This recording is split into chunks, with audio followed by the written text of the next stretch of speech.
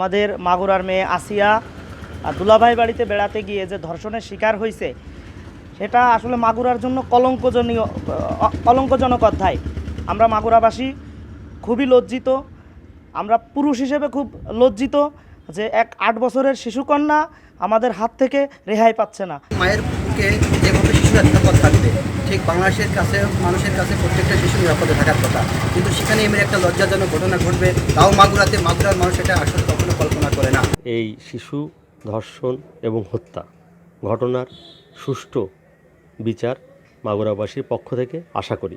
এই ধরনের ঘটনার সাথে যারাই জড়িত এমন একটা দৃষ্টান্তমূলক শাস্তি যাতে হোক সারা বাংলাদেশ সহ সারা ওয়ার্ল্ডে যেন এই ধরনের কাজ আর কেউ না করতে পারে এবং তার একটা নজিরবিহীন একটি বিচার হওয়া অত্যন্ত জরুরি।